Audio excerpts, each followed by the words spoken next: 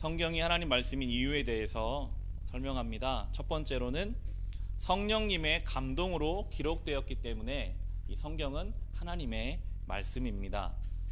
성경을 기록한 사람을 우리는 보통 저자라고 하지 않고요, 기자라고 이야기합니다. 저자는 자기의 의도를 가지고 글을 쓰는 사람이라면, 기자는 들은 대로 본 대로 기록하는 사람이 기자이기에 성경 기자, 시편 기자라는 이야기를 합니다. 베드로후서 말씀도 이렇게 나와 있는데요, 주신 말씀 우리 같이 읽어보겠습니다. 여러분이 무엇보다도 먼저 알아야 할 것은 이것입니다. 아무도 성경의 모든 예언을 제멋대로 해석해서는 안 됩니다.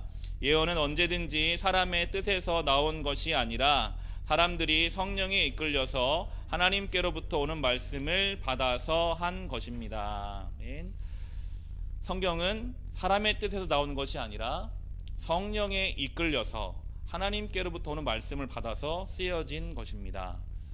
성령이 쓰신 이유가, 증거가 무엇인가라고 할 때 이 책에서는 성령께서 쓰셨기 때문에 성경을 읽다 보면 그 성령이 우리를 감동시키시는 것을 경험할 수 있다. 그것이 성령께서 성경을 쓰신 이유다라고 하는데요, 어떤 명작 소설도 수십 번 되풀이해서 읽지는 않는다. 아무리 대단한 문호가 쓴 문학작품이라고 할지라도 50번, 100번 똑같은 내용을 읽지는 않습니다. 내용을 다 알아서 지루하기 때문인데, 참 놀랍게도 이 성경은 날마다 읽어도 아마 50번, 100번을 읽으면 그 다음에 더 읽고 싶은 마음이 생기는 것이 바로 이 성경일 것입니다. 작년에 성경 일독을 하고 올해 또 성경을 계속 읽어가면서 시편 말씀을 이제 묵상하기 시작했는데요, 이 4월에 들어서 시편 8편 말씀이 저에게 참 많이 은혜가 되더라고요. 여호와 우리 주여, 주의 이름이 온 땅에 어찌 그리 크고 아름다운지요. 이 찬송도 있고 너무나 익숙한 시편인데도 또 그 새벽에 다시 그 시편을 묵상하는 가운데 주시는 은혜와 감동을 경험합니다. 성경을 통해서 우리는 성령의 역사를 경험할 수 있습니다. 때로는 단어 하나가 우리를 붙잡아요. 때로는 한 구절이 우리를 무너뜨려요. 성령께서 성경을 통해 우리의 마음을 회복시키시고 변화시키시고 새롭게 하시는 것을 우리는 경험하면서 이것이 하나님의 말씀이구나 하는 것을 경험해 갈 것입니다. 두 번째로는 완전한 통일성을 지니고 있기 때문이다 라고 합니다. 성경은 약 1500년 동안 40여 명의 사람들에 의해서 기록되었습니다. 여러 사람이 여러 지역에서 서로 다른 수준을 가지고 성경을 적었음에도 성경은 완전한 통일성을 가지고 있기 때문에 하나님 말씀이다 라고 설명하고요. 세 번째는 시간과 공간을 초월한 모두를 위한 말씀이다. 우리 마가복음 말씀 같이 읽어보겠습니다. 내가 너희에게 하는 말은 모든 사람에게 하는 말이다. 깨어 있어라.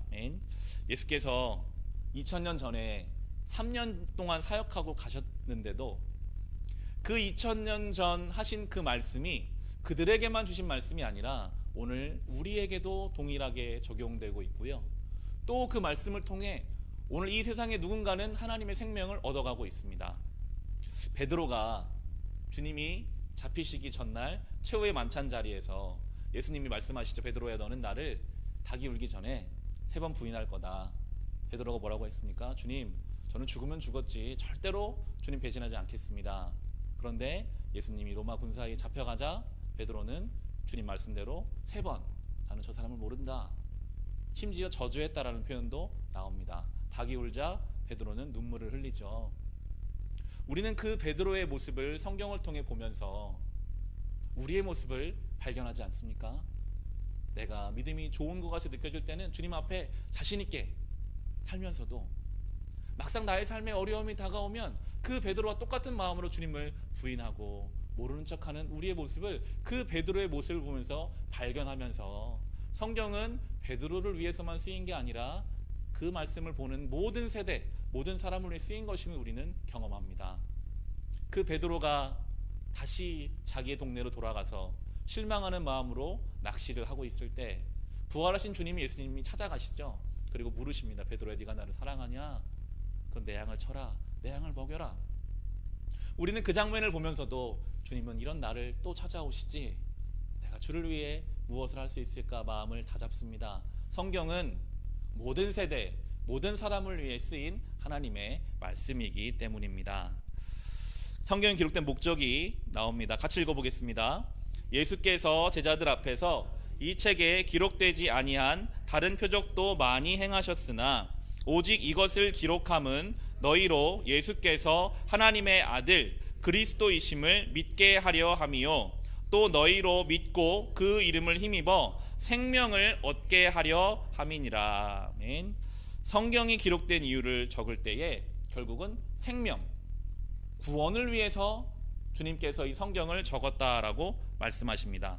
성경에 카메라가 있다면 이 성경의 카메라는 구원과 구원받은 성도들의 삶을 집중해서 조명하고 있어요. 대부분의 역사서들은요, 역사적으로 큰 나라를 이룬 왕이나 제국에 관심을 갖습니다. 어떻게 그렇게 나라가 컸는지, 어떻게 그런 위대한 왕이 생겼는지. 성경은요, 거기에 관심을 두지 않아요.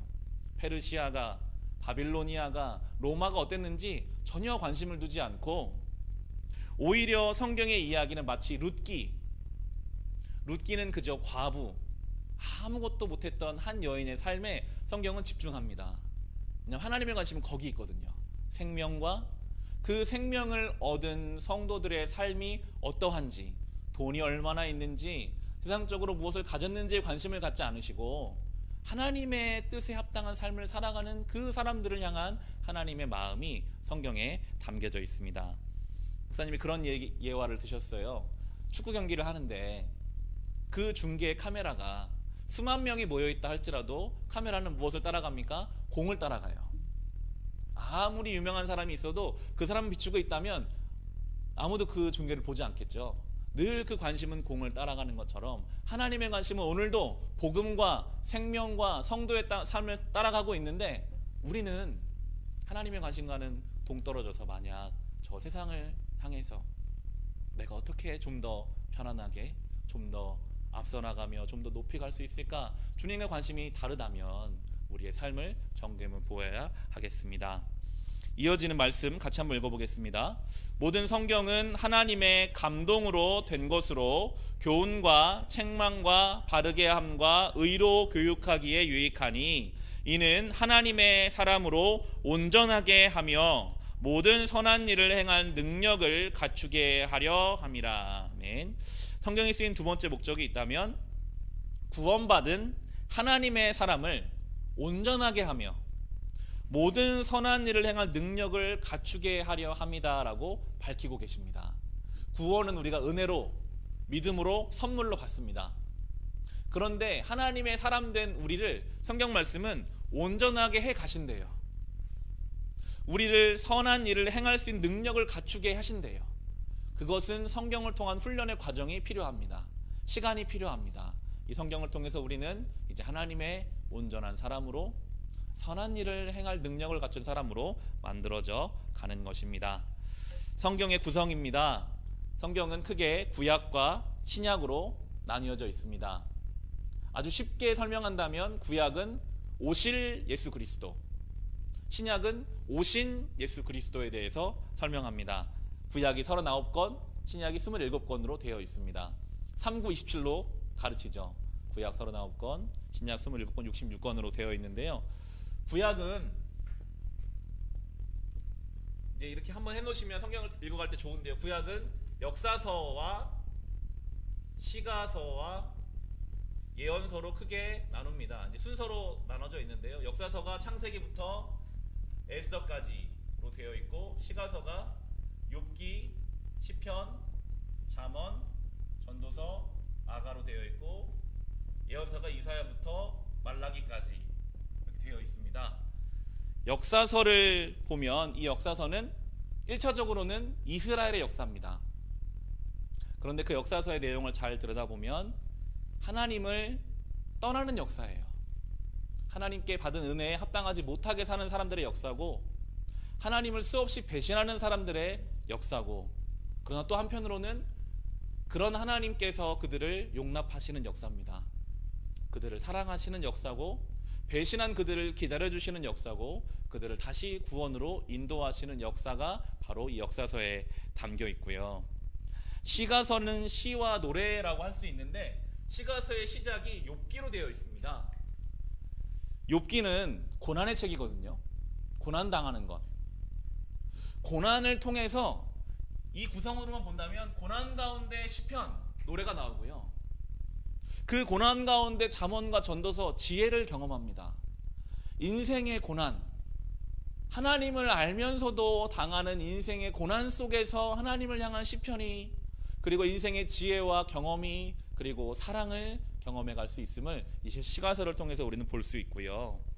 마지막으로 예언서는 대부분 예언자들의 이름을 가지고 예언서가 쓰여지는데 그 시대의 그 사람에게, 이사야에게, 요엘에게, 아모스에게 하나님 말씀을 주세요. 그러면 그 사람이 받은 말씀을 가지고 그 시대에 그 사람들에게 말씀을 전하라고 하시는 게 예언서입니다. 이 시대에 우리가 말씀을 하나님께로부터 받았습니다. 여러분, 이 당시에는 굉장한 특권이었어요. 하나님 말씀을 받는다는 것, 특권이면서도 책임이었습니다. 받은 말씀을 전해야 되니까요.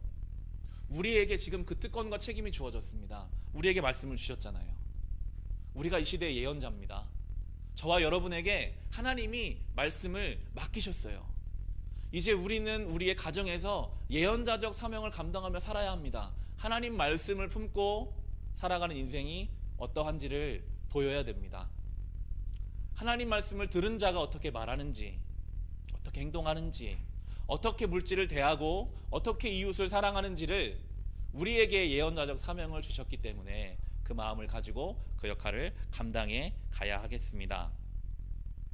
신약은 복음서, 사복음서가 되어 있죠. 마태, 마가, 누가, 요한복음. 역사서는 사도행전이고요. 서신서가 로마서부터 유다서까지 21권으로 되어 있는데 그 당시에 성도들이 주고받은, 주로 바울 서신이 많죠. 바울이 쓴 편지, 그것이 성경이 됐어요. 지금으로 말하면 성도들 간에 주고받은 문자 메시지나 주고받은 카카오톡 메시지가 그게 너무나도 신실하고 거기에 성도를 향한 사랑과 하나님을 향한 사랑이 담겨 있어서 그걸 그대로 성경에 집어넣으신 거예요.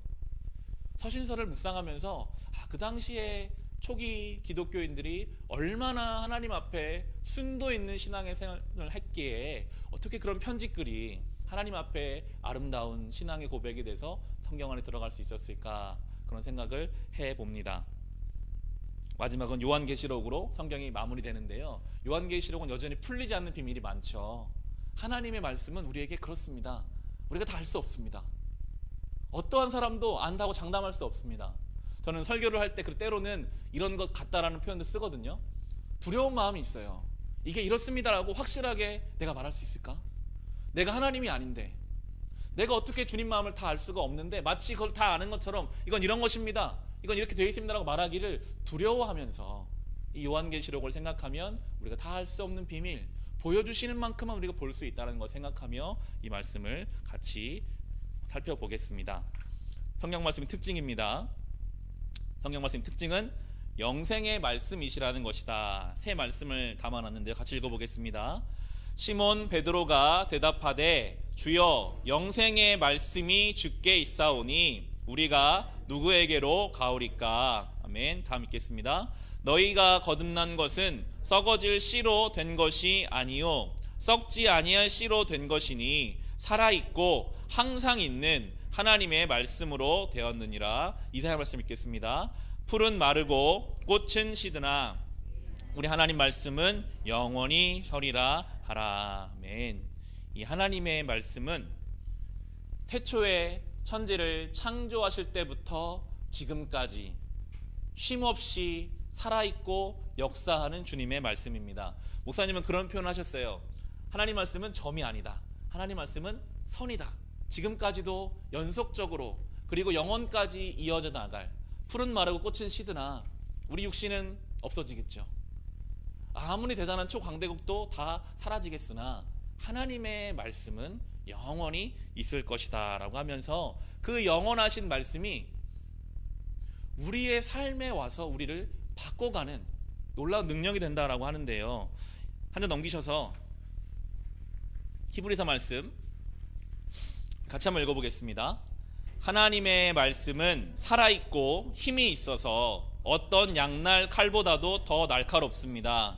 그래서 사람 속을 꿰뚫어 혼과 영을 갈라내고 관절과 골수를 갈라놓기까지 하며 마음에 품은 생각과 의도를 밝혀냅니다. 하나님 앞에서는 아무 피조물도 숨겨진 것이 없고 모든 것이 그의 눈앞에 벌거숭이로 드러나 있습니다. 우리는 그의 앞에 모든 것을 드러내 놓아야 합니다. 이 말씀을 묵상하면 저는 그런 생각을 떠올려요. 아주 유명한 명의가 수술을 집도할 때 그 사람의 배를 열어서 좋지 않은 세포들을 떼어내야 그 사람이 사는 것처럼, 때로 하나님 말씀은 아주 날카로운 검과 같이 우리의 삶에 필요 없는 부분들을 때로는 잘라내시기도 합니다. 이건 아니잖아. 잘라냅니다. 그것이 고통스러워도 그것이 우리를 살게 하니까요. 때로 하나님 말씀은 거울과 같아서 우리를 보게 하십니다. 내가 하나님 앞에 얼마나 어리석은 사람인지, 인간이라는 존재가 얼마나 미약한지 말씀 앞에 서면요, 내가 보여요. 나의 연약함을 볼 수 있습니다. 그 가운데 고쳐지게 되죠.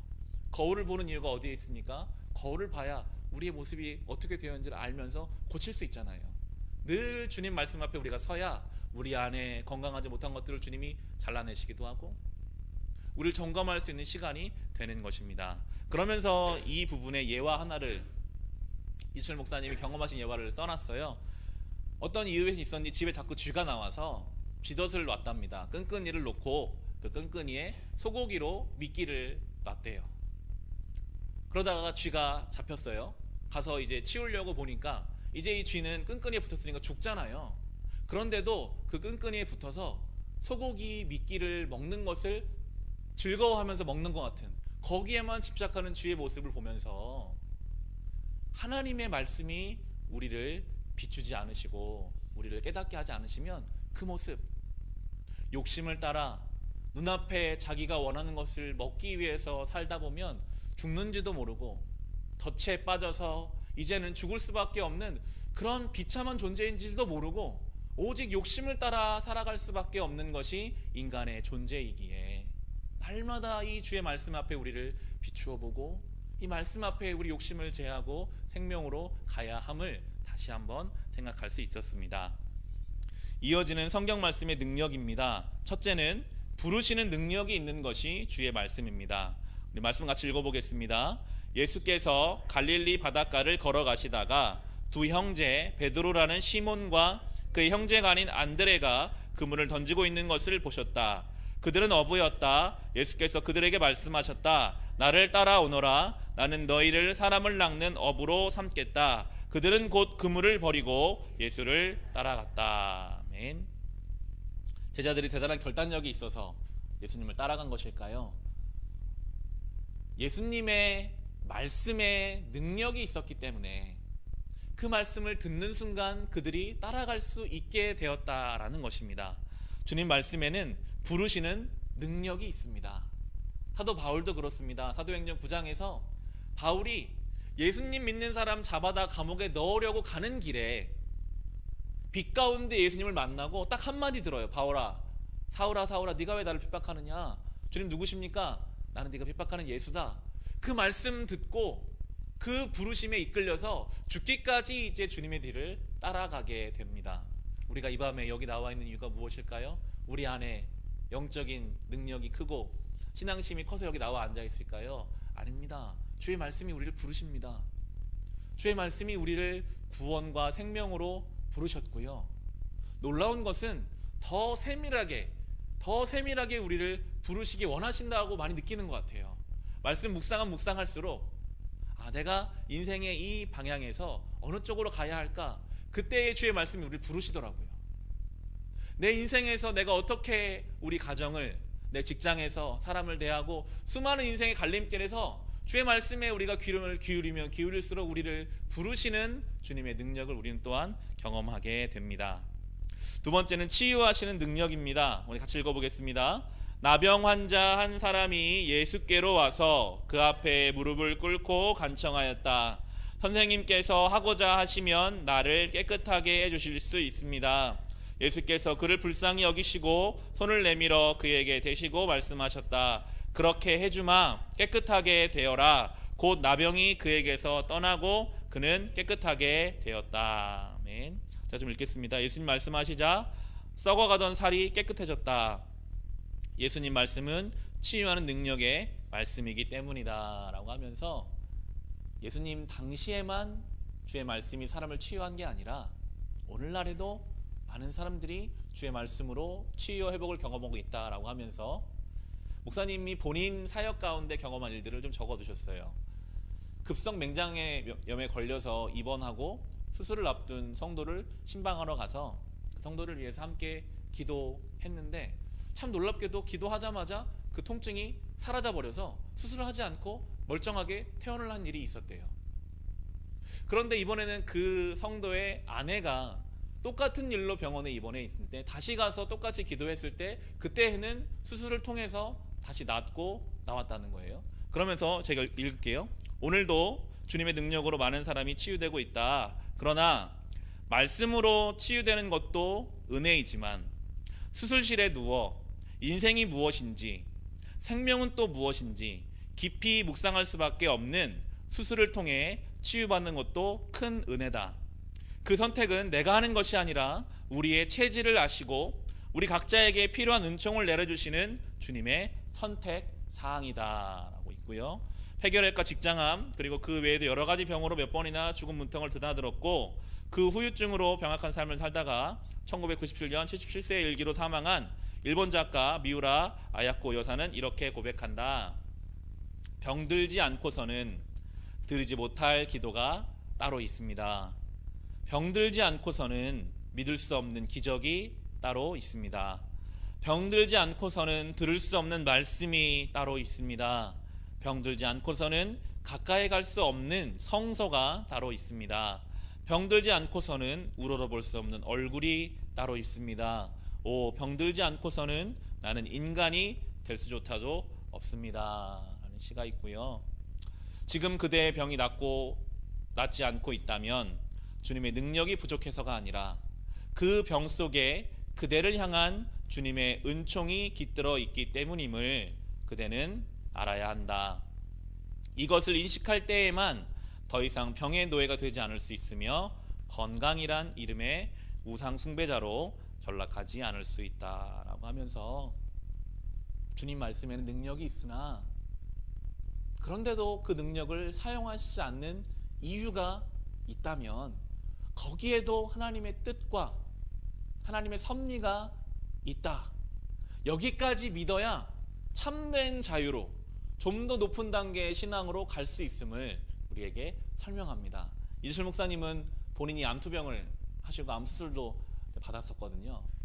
그런 생각이 들더라고요. 그런 과정을 통해서 우리는 1차적으로는 내가 기도한 것이 들어지지 않으면 하나님께 섭섭합니다. 왜 내 기도를 듣지 않으실까? 왜 하나님은 살아계신데 응답하지 않으실까? 그렇게 간절히 원하는 기도를 들어주지 않으신다면 그 들어주지 않으시는 이유가 있겠지.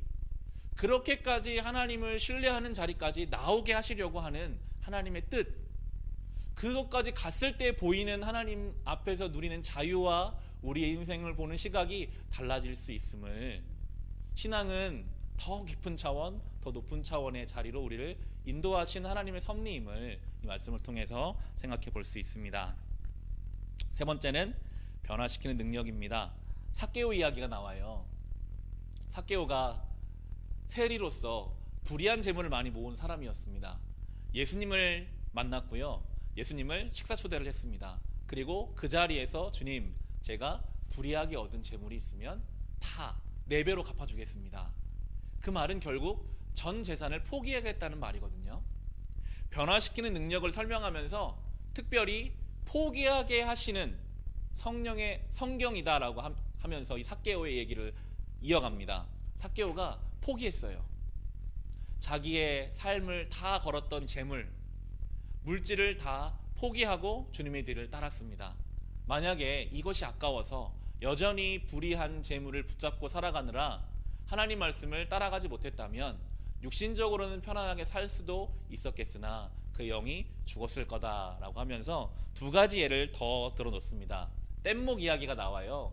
어떤 사람이 가다가 강을 만나서 강을 건너야 하니까 열심히 나무로 뗏목을 지었어요. 그리고 그 뗏목을 타고 강을 건너갔습니다. 그럼 더 이상 뗏목은 필요가 없는데 아까운 거예요. 자기가 지어놓은 뗏목이. 그래서 그 뗏목을 짊어지고 무거운데도 끙끙거리면서 가다가 결국은 쓰러져 죽을 수밖에 없었다라는 그런 우화 하나를 하면서 어리석어 보이지만 때로 우리의 모습이 그럴 수 있다라는 거예요. 혹시 우리가 짊어지고 가고 있는 뗏목은 있지 않습니까? 너무나 무거운 인생의 짐.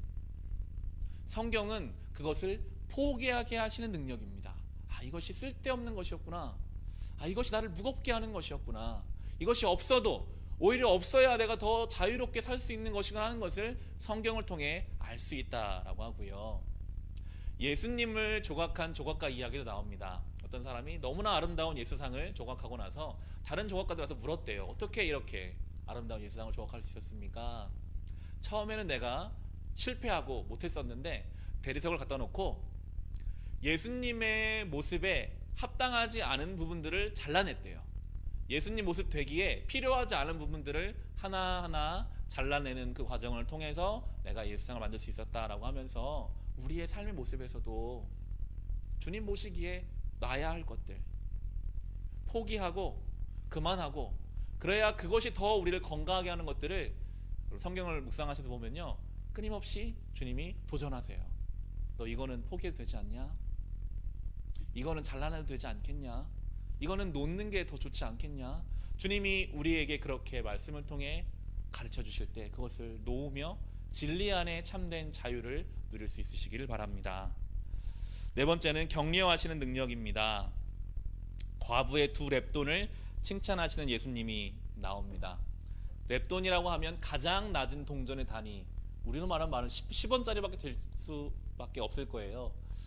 아무도 알아주지 않는 그 헌금을 한 과부를 예수님이 칭찬하셨고 주님이 말씀을 통해 우리를 격려하시는데 책을 읽어보시면 반대의 경우를 좀 이야기해요. 주님께로부터 격려를 받으면서 살아야 하는데 언제부턴가 우리는 세상으로부터의 격려, 사람의 인정, 사람의 박수를 받고 싶은 곳에 집중하며 산다. 그러면서 여러 예화 중에 교회에서도 어떤 것을 헌물하거나 어떤 것을 헌금할 때 거기에 사람 이름들을 많이 붙여놓는다는 거예요.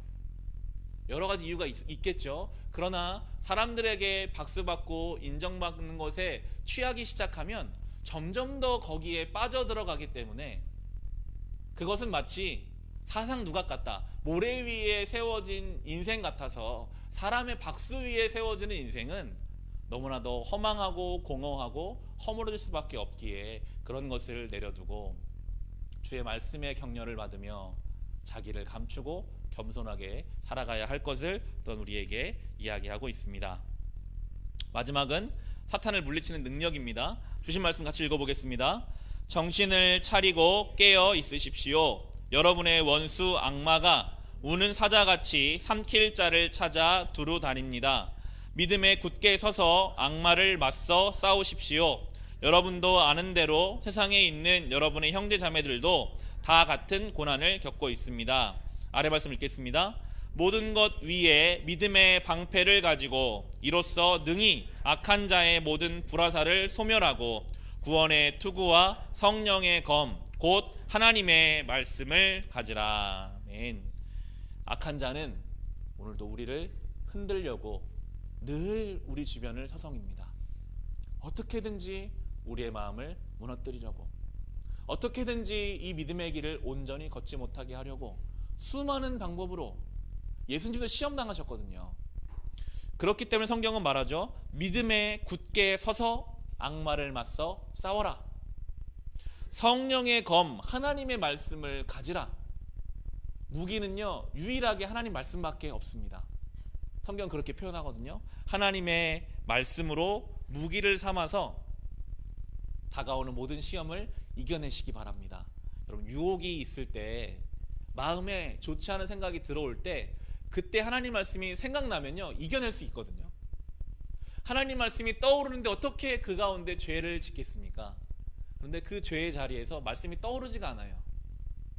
오직 그 죄를 향해 달려갈 마음밖에, 미움과 다툼과 시기와 질투와 원치 않는 방향으로 나가는 그 마음만 우리 안에 있으니 그 길로 가게 됩니다. 하나님의 말씀이 우리를 붙잡아 주시는 그 은혜로 모든 시험을 이겨낼 수 있으시기를 바랍니다. 결론입니다. 보통 사람이 책을 읽는 속도로 성경을 한 번 읽는데 필요한 시간은 약 80시간이다. 하루에 15분만 성경을 읽는다면 매년 한 번씩 성경을 읽을 수 있다. 해가 거듭될수록 말씀의 능력과 은혜 속에서 날마다 새로운 창조의 은혜를 경험할 수 있을 것이다. 신앙생활이란 중단 없는 훈련의 삶을 사는 것이고 그 훈련은 말씀의 훈련에서 시작된다라고 이 책이 마무리되고 있습니다. 우리 교회도 성경 일독을 해가고 있는데요. 작년에 한 번, 또 올해 한 번. 저로서는 저도 목사로 만들어가는 과정이라는 생각이 많이 들더라고요. 이렇게 한 번, 또 한 해, 또 한 해 말씀을 우리가 읽어갈 때 작년과 똑같은 말씀이 결코 아니더라고요. 그게 참 놀라워요. 새롭고 또 새롭고, 분명히 작년에 다 밑줄을 그어놓은 것인데도 또 봐도 또 다른 의미로 다가오고, 저는 가끔 작년 설교 들어보거든요. 또 다른 내용이 저에게 다가오더라고요. 아, 하나님 말씀이 역시 살아있구나.